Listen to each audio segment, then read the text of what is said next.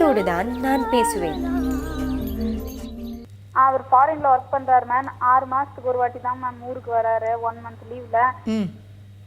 கல்யாணம் ஆன 1 மாசத்துல விட்டுட்டு போயிட்டாரு. அவர் போய் 15 நாள் கழிச்சு என் குழந்தைன்றது எனக்கு தெரிய வந்துச்சு. அப்புறம் அவர் எனக்கு குழந்தை பிறக்கும் போது தான் வந்தாரு. சரி, உங்களுக்கு திருமணம் பண்ணும்போது உங்க வீட்டுக்கார் வெளிநாட்டுல இருக்காருன்னு தெரியும்ல? தெரியும் மேம். ஸோ உங்க வாழ்க்கை வந்து அவர் உங்களை விட்டு வெளியில தான் இருக்க போறாருங்கிறது தெரியும்ல? தெரியும் மேம். சரி, ஓகே, சொல்லுங்க, தொடர்ந்து சொல்லுங்க. அவருக்கும் எனக்கு தொடர்ந்து சண்டை தாங்க மேம். ஒரு விஷயத்துல கூட ஒத்து போறது இல்லைங்க மேம். ஒரு நான் வெஜிடேரியன், நான் வெஜிடேரியன். நான் டவுன்ல காலேஜ் படிச்சுட்டு இருந்தேன். என்ன வில்லேஜ்ல கொடுத்துட்டாங்க சொந்தன்றதுனால. எனக்கு இந்த விவசாயி குடும்பத்துல வந்து ஒரு வேலையும் செய்ய தெரியல சரியா. இந்த முதல் குழந்தைய வளர்க்க தெரியல. யாரும் பக்கத்துல இல்ல. ரொம்ப மிஸ் அண்டர்ஸ்டாண்டிங். அதனால நிறைய வாக்குவாதம், நிறைய சண்டை. ஏன் அப்படி கல்யாணம் பண்ணிட்டீங்க அவ்வளோ டிஃப்ரென்சஸ்ல? என்னோட பேரண்ட்ஸோட கம்பல்சேஷன். அவங்களால ஃபினான்ஷியல் ப்ராப்ளம். என்னோட பேரண்ட்ஸால வந்து என்ன மேற்கொண்டு படிக்க வைக்க முடியல. ஏன் நீங்க வேலைக்கு போயிருக்கலாமே? அதுக்கும் ஒத்துக்கல. எங்க ஊர் கொஞ்சம் ஒரு மாதிரி கேர்ள்ஸ் வெளியே அனுப்புறதுக்கே பயப்படுற மாதிரி ஊர் பக்கத்துல. அப்புறம் நீங்க கிராமத்துல இப்ப நீங்க திருமணம் பண்ணியிருக்கதும் அதே மாதிரி ஒரு கிராமம் தான் இல்லையா? அதே மாதிரி ஒரு கிராமம் தாங்க மேம். பேரண்ட்ஸ் வந்து அவங்களால ஃபினான்ஷியல் ப்ராப்ளம் சொல்லி கொஞ்சம் பெரிய இடமா கொடுக்கலான்னு சொல்லி இவங்க வீட்டுக்கு கொஞ்சம் கஷ்டம், பண கஷ்டம் இல்லாம இருக்கிற மாதிரி கொடுத்தாங்க மேம்.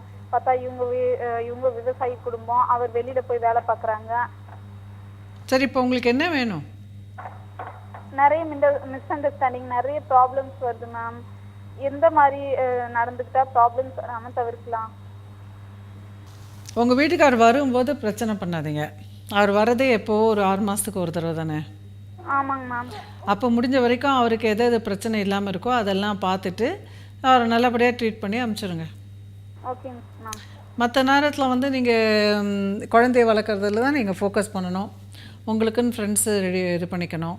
உங்கள் வீட்டுக்கார்கிட்ட வந்து நல்ல ஒரு ஃப்ரெண்ட்லியாக பேசணும். டிஸ்டன்ஸ் ரிலேஷன்ஷிப்பில் இருக்கும்போது சும்மா எல்லாத்துக்கும் அவரை டிபெண்ட் பண்ணி உங்களை யாரும் கவனிக்க இல்லை இந்த மாதிரிலாம் புலம்பிகிட்டே இருந்தீங்கன்னா அவங்களுக்கும் அங்கே மனசு நிம்மதியாக இருக்கும். ஏன்னா டிஸ்டன்ஸ் ரிலேஷன்ஷிப்பில் இருக்கும்போது அவ்வளோ கேர் பண்ணிக்க முடியாது. ஆக்சுவலாக ஃபிசிக்கலாக கேர் பண்ணிக்க முடியாது. ஸோ அதனால் சும்மா ரொமான்ஸ் டெக்ஸ்ட்டில் அந்த மாதிரி ரொமான்ஸ் பண்ணி அப்படி தான் நீங்கள் வந்து கனெக்ட் பண்ணிக்கணும்.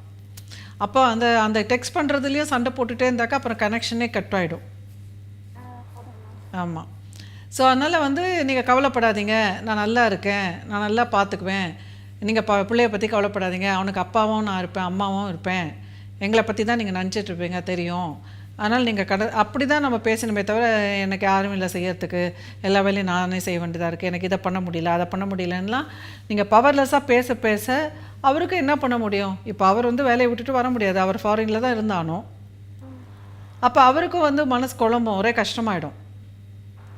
அதனால் இந்த நிகழ்ச்சியை பார்த்துட்டு இருக்கிறவங்க புரிஞ்சுக்குங்க. டிஸ்டன்ஸ் ரிலேஷன்ஷிப் அப்படின்னு திருமணம் பண்ணும்போது அதை வந்து ஒர்க் அவுட் பண்ணுறதுக்கு உங்கள் பொண்ணுக்கு வந்து எந்த அலையன்ஸும் அமையலை, இல்லை நீங்கள் ஏழ்மையில் இருக்கீங்க அப்படின்ற காரணத்துக்காக சரி மிலிட்ரியில் இருக்கிறவங்களுக்கு கொடுத்துடலாம், வெளிநாட்டில் இருக்கிறவங்களுக்கு கொடுத்துடலாம்லாம் பண்ணாதீங்க. ஏன்னா அந்த மாதிரி துறையில் வெளியில் வேலை பார்க்குறவங்களோட வாழ்க்கை நடத்துறதுங்கிறதுக்கு அசாத்திய தைரியம் பெண்களுக்கு இருக்கணும். அந்த இராணுவ வீரர்கள் என்ன ஒரு தைரியத்தோடு நாட்டுக்காக போடுறாங்களோ அது மாதிரி 4 மடங்கு தைரியம் பெண்களுக்கு இருந்தால் தான் அந்த மாதிரி ஆண்களுடைய மனைவியாக இருக்கிறதுக்கு தகுதி இருக்குது. ஸோ ஏன்னா தனியாக வாழணும், எது நடந்தாலும் அதை பொறுத்து வாழணும், அந்த மாதிரிலாம் ஒரு அன்சர்டனிட்டி நிறைய இருக்குது.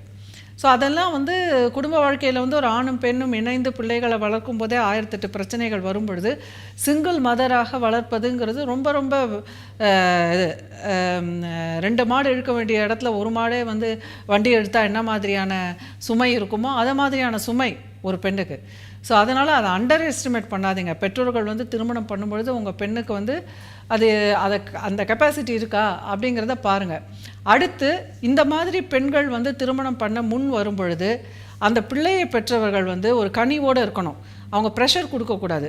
ஏற்கனவே வந்து பிள்ளை வெளிநாட்டில் இருக்கார், ஸோ இந்த மருமக தனியாக வந்து வாழணும், இளமையான வயதில் வந்து தனியாக பிரிஞ்சு வாழணும். அப்படி இருக்கும்போது பெற்றோர்கள் வந்து கொஞ்சம் கனிவாக இருக்கணும், தாய் தந்தையரை போல் நல்லா பார்த்துக்கணும். ஒரு அன்பாக இருக்கும்போது அவங்களுக்கு வந்து மிஸ் ஆகிற ஃபீலிங் இருக்காது. நம்ம தனியாக இருக்கோம், தனித்தோட அப்படி ஒரு இது இருக்காது. ஸோ அதனால் அந்த மாதிரி ஒரு கனிவு, ஒரு சப்போர்ட் சிஸ்டம் ரொம்ப முக்கியம். அதே மாதிரி பெற்றோர்களும் கொஞ்சம் நல்லா கவனிச்சுக்கணும். அந்த மாதிரிலாம் ஒரு சமூகம் வந்து ஒரு ஒரு குடும்பமே கூடி வளர்க்குறது தான் குழந்தைகளை வளர்க்குறது. ஸோ அதனால் அந்த மாதிரி பெண்களுக்கு நிறைய சப்போர்ட் கொடுக்கணும். டிஸ்டன்ஸ் ரிலேஷன்ஷிப் அப்படிங்கிறது வந்து ரொம்ப கஷ்டமான ஒன்றுன்னு நான் சொல்லிகிட்டு இருந்தேன். ஏன்னா வந்து எல்லாருமே வந்து கொஞ்சம் கனிவாக ஒரு பெண்ணுடைய உணர்வுகளை, அவளோட சிச்சுவேஷனை புரிஞ்சுக்கணும். இந்த காலகட்டத்தில் தனியாக எல்லாத்தையும் சமாளிச்சுட்டு ஒரு பெண் வாழறதுங்கிறது சிரமமாக தான் இருக்குது. அதே நேரத்தில் பெண்களும் ஒன்று புரிஞ்சுக்கணும். இந்த மாதிரி அயல் நாட்டுக்கு போகிற ஆண்களுக்கு சதா நச்சரிப்பு கொடுக்கக்கூடாது.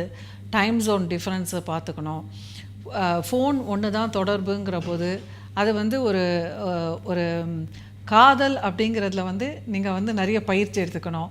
ஸோ அந்த திருமணத்தில் இருக்கக்கூடிய அட்வான்டேஜ் என்னென்னா, உங்கள் திருமணம் வந்து திருமணம் ஆனால் கூட அது காதல் தான் நிறைய இருக்கும். அந்த மாதிரி நீங்கள் இது பண்ணிக்கணும். ஒருத்தருக்கு ஏங்கிறது, காதலர்கள் ஏங்குற மாதிரி அந்த மாதிரி அதை ஒரு இனிமையாக எடுத்துகிட்டு போனீங்கன்னா உங்கள் திருமண வாழ்க்கை ரொம்ப நல்லாயிருக்கும். ஒருத்தருக்கு ரொம்ப அன்பு ஃபீல் பண்ணலாம் மனசில். ஸோ அது மாதிரி நீங்கள் முயற்சி பண்ணணும்.